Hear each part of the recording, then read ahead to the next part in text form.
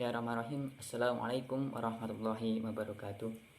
Perkenalkan, nama saya Muhammad Munif Ilyas dari Manajemen Bisnis Syariah 4G, NIM 185211262. Pada kesempatan kali ini saya ingin membuat video untuk memenuhi tugas mata kuliah Bank dan Lembaga Keuangan Syariah non-bank. Ya, pada kali ini saya ingin menjelaskan tentang penyaluran dana dalam bank syariah. Yang pertama itu pengertian bank menurut Undang-Undang Nomor 10 Tahun 1998 adalah sebuah badan usaha yang menghimpun dana dari masyarakat dalam bentuk simpanan dan menyalurkan kepada masyarakat dalam bentuk kredit atau bentuk-bentuk lain dengan tujuan untuk meningkatkan taraf hidup orang banyak. Kemudian pengertian bank syariah terdapat dalam Undang-Undang Nomor 21 Tahun 2008, yaitu bank yang menjalankan kegiatan usahanya berdasarkan prinsip syariah. Nah, tentu yang digunakan adalah menggunakan prinsip syariah. Kembali kepada Al-Quran dan hadis.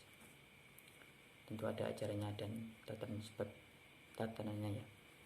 Nah, kemudian pengertian penyaluran dana.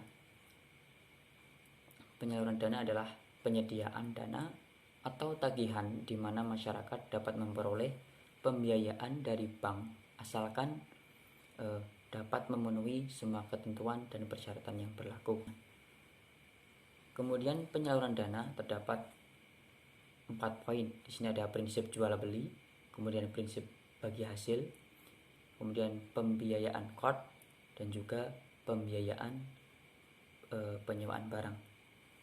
Nah, dalam prinsip jual beli terdapat akad murabahah, akad istisna, dan juga akad salam. Dalam prinsip bagi hasil ada mudharabah dan juga musyarakah. Nah, di sini kita misalkan tentang murabahah. Murabahah secara bahasa yang diambil dari kata robiha yarbahu ribhan warobahan, yang berarti beruntung atau memberikan keuntungan.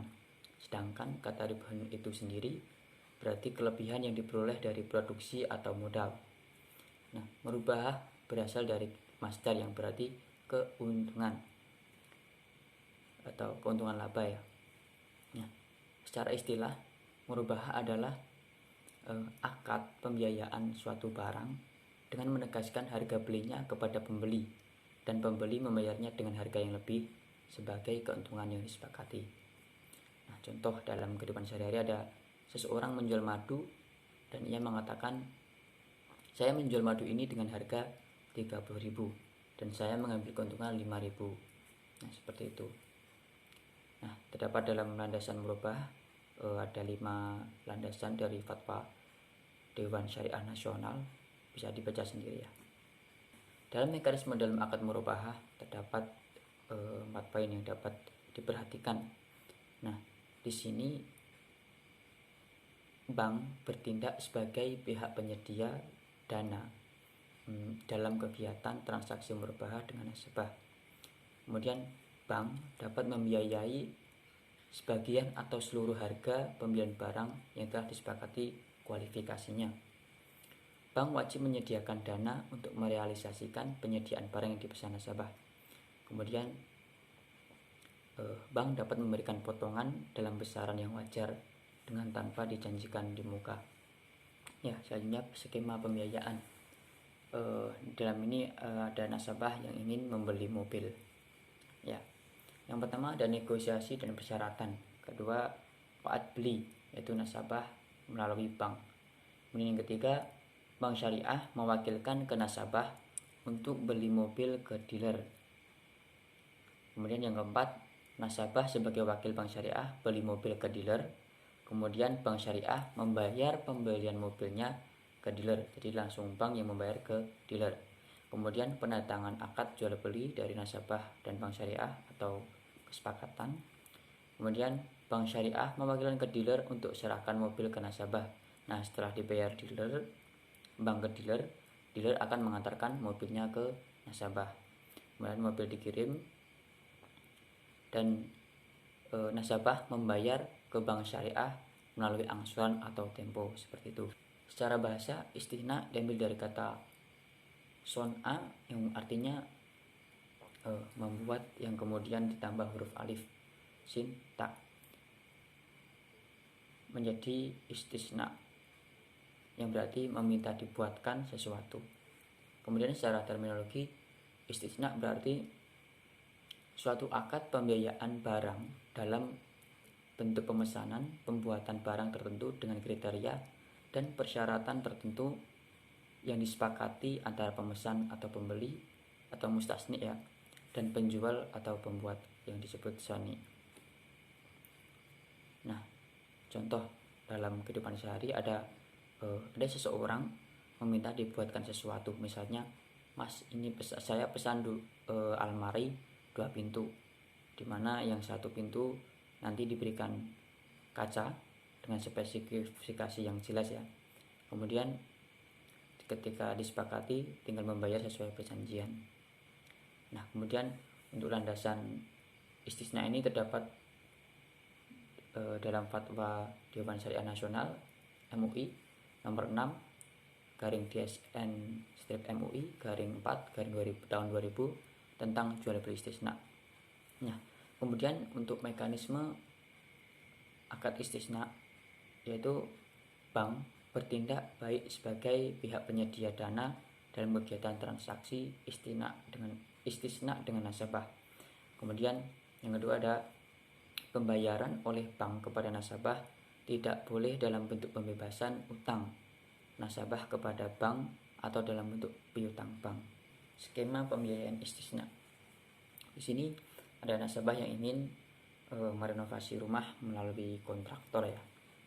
Nah, yang pertama nasabah ini ke bank syariah untuk negosiasi. Kemudian ada akad istisna terjadi. Kemudian dari bank syariah mewakilkan kepada nasabah untuk negosiasi dengan kontraktor.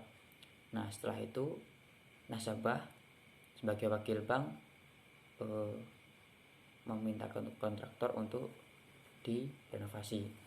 Nah, kemudian bank syariah ini mewakilkan kepada kontraktor yang dicari nasabah tadi untuk merenovasi rumah. Nah, kemudian bank syariah membayar kepada kontraktor secara termin. Nah, setelah itu kontraktor telah merenovasi rumah, kemudian rumah tersebut diserahkan kepada nasabah. Nah, nasabah ini mengganti uang yang dibayar secara termin dari bank syariah tadi secara cicilan atau secara tangguh muajjal. Kemudian ada salam. Salam secara bahasa, kata salam memiliki makna yang sama dengan kata salaf. Secara istilah, salam berarti perjanjian jual beli dengan cara pemesanan barang dengan spesifikasi tertentu yang dibayar di muka, dan penjual harus menyediakan barang tersebut dan diantarkan kepada pembeli dengan tempat dan waktu penyerahan barang yang sudah ditentukan di muka. Nah, seperti pre-order ya, kalau sering kita lihat. Nah, contohnya ada seseorang merupakan owner online shop yang menjual kaos dan biasanya menggunakan sistem PO atau pre-order. Nah, biasanya orang tersebut membuka open pre-order dari tanggal 1 sampai tanggal 10 dan proses produksi 5 hari. Jadi barang yang masih bisa ready tanggal 15, seperti itu. Jadi membayar di muka dan memesan barang membayar di muka, seperti itu. Kemudian untuk landasan akad salam bisa dibaca sendiri ya. Terdapat dalam fatwa DSN MUI nomor 5 garing DSN MUI garing 4 garing tahun 2000 tentang jual beli salam. Nah, kemudian untuk mekanisme akad salam, bank bertindak sebagai pihak penyedia dana dalam kegiatan transaksi salam dengan nasabah. Kemudian bank dan nasabah wajib menuangkan kesepakatan dalam bentuk perjanjian tertulis berupa akad pembiayaan atas dasar salam. Kemudian yang ketiga, penyediaan dana oleh bank kepada nasabah harus dilakukan di muka atau secara penuh. yaitu pembayaran segera paling lambat 7 hari setelah pembiayaan atas dasar salam yang disepakati. Kemudian yang terakhir ada pembayaran oleh bank kepada nasabah tidak boleh dalam bentuk pembebasan utang. Kemudian skema pembiayaan salam terdapat dalam gambar ini ya. Ini di sini ada nasabah yang ingin membeli barang, kemudian pembayarannya melalui bank syariah. Yaitu yang pertama, negosiasi pesanan dengan kriteria melalui bank syariah. Yang kedua, bank syariah ini memesan kepada produsen atau penjual dan dibayar dengan tunai. Kemudian produsen menerima dengan kirim dokumen ke bank syariah. Setelah jadi, produsen mengirim ke nasabah untuk mengirim pemesanannya, barang pemesanannya. Kemudian nasabah membayar melalui bank syariah, jadi tidak membayar ke produsen. Akad selanjutnya yaitu mudharabah. Secara bahasa, mudharabah diambil dari kata al-darb fil ard yang berarti perjalanan untuk berniaga. Secara istilah, mudharabah berarti seorang pemilik modal atau malik menyerahkan modal kepada seorang amil untuk berniaga dengan modal tersebut, di mana keuntungan dibagi antara keduanya dengan posisi sesuai dengan yang dipersyaratkan dalam akad. Contohnya, pemilik modal membuat akad mudharabah dengan mudharib atau pengelola usaha di bidang konveksi dengan modal usaha 30 juta dan kesepakatan bagi hasil diantaranya keduanya 50-50 dalam jangka waktu 6 bulan. Jadi dalam 6 bulan ke depan hasil dari usaha dibagi dua sesuai kesepakatan. Misalkan keuntungan 5 juta, berarti 2,5 juta untuk pemilik modal dan 2,5 juta untuk pengelolanya. Nah, landasan mudharabah terdapat dalam ini ya, Fatwa Dewan Syariah Nasional MUI nomor 7/DSN-MUI 4 tahun 2000 tentang pembiayaan mudharabah atau qirat.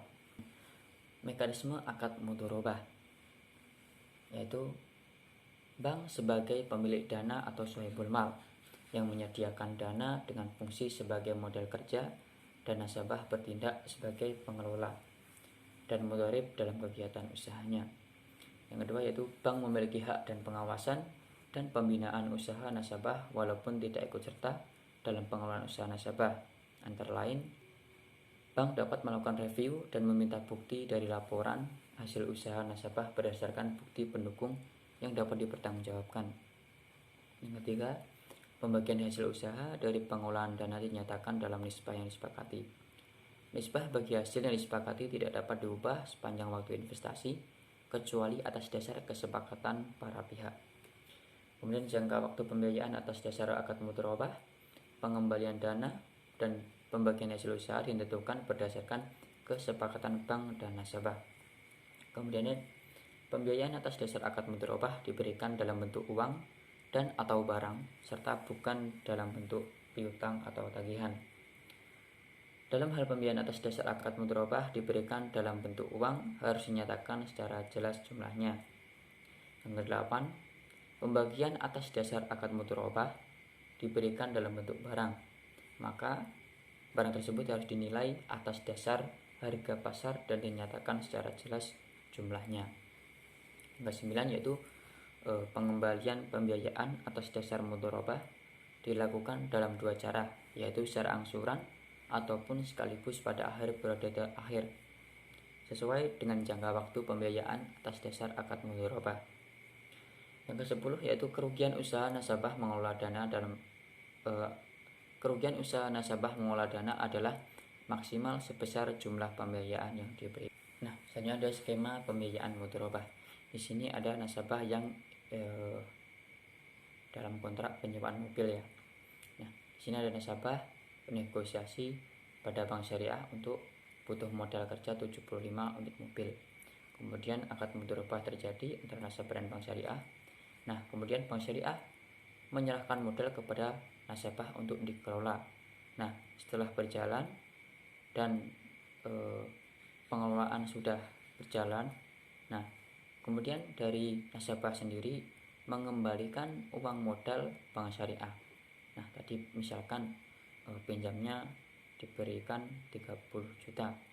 30 juta dikembalikan kepada bank syariah.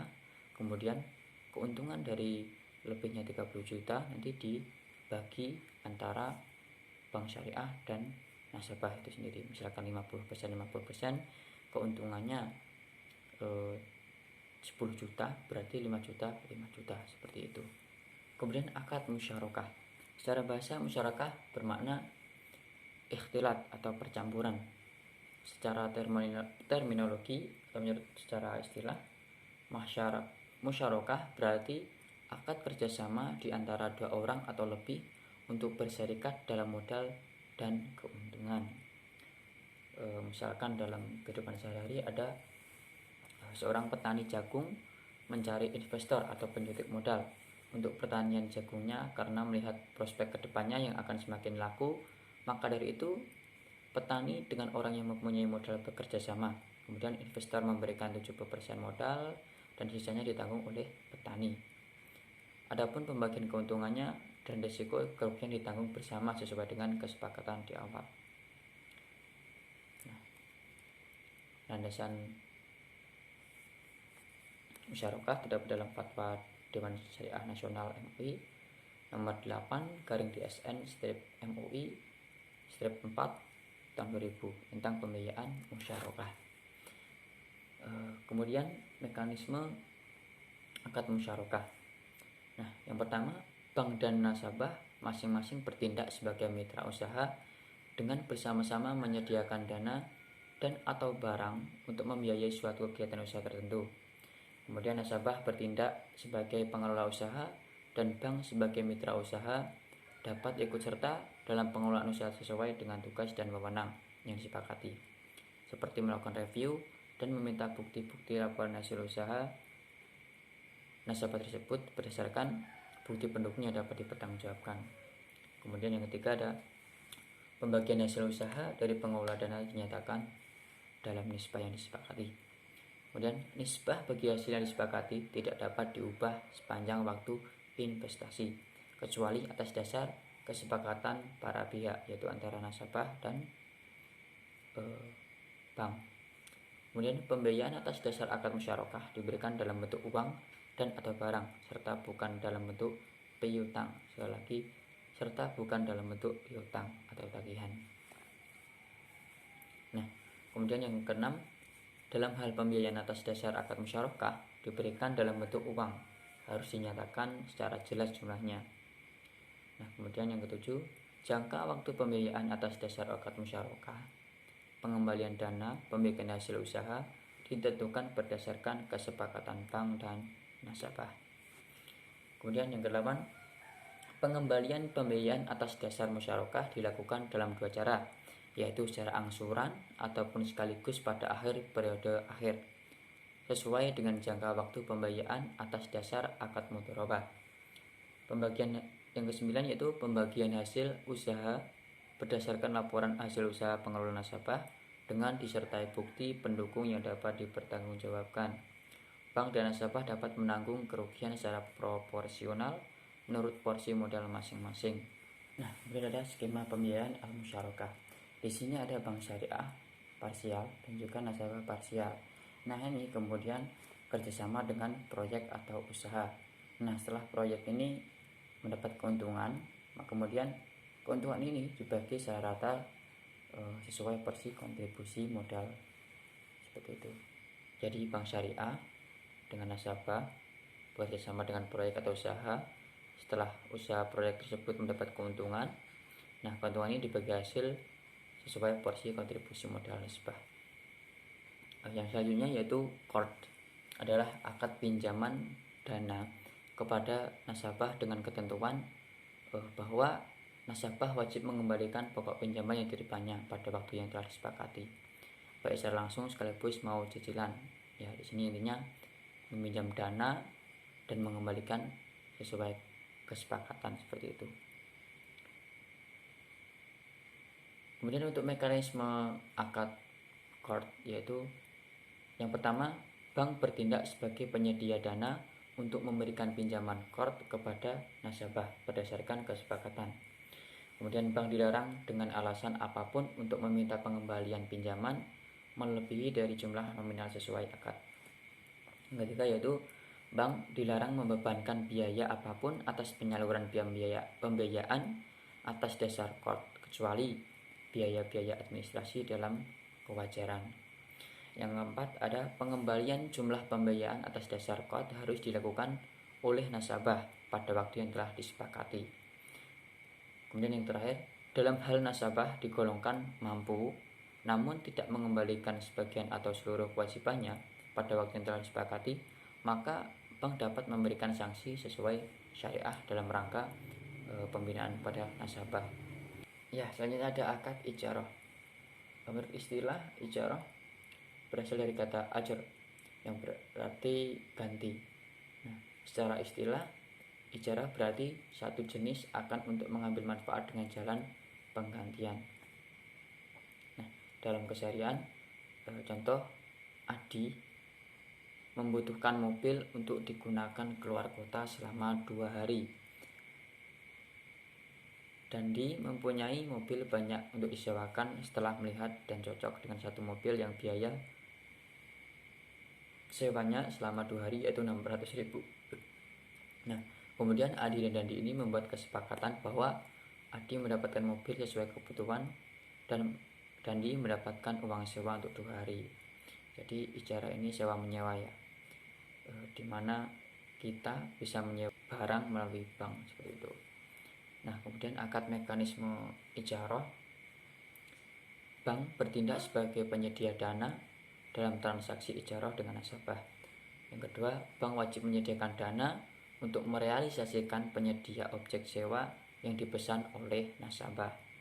Yang ketiga, pengembalian atas penyediaan dana bank dapat dilakukan baik dengan angsuran maupun sekaligus atau penuh, dibayar secara penuh.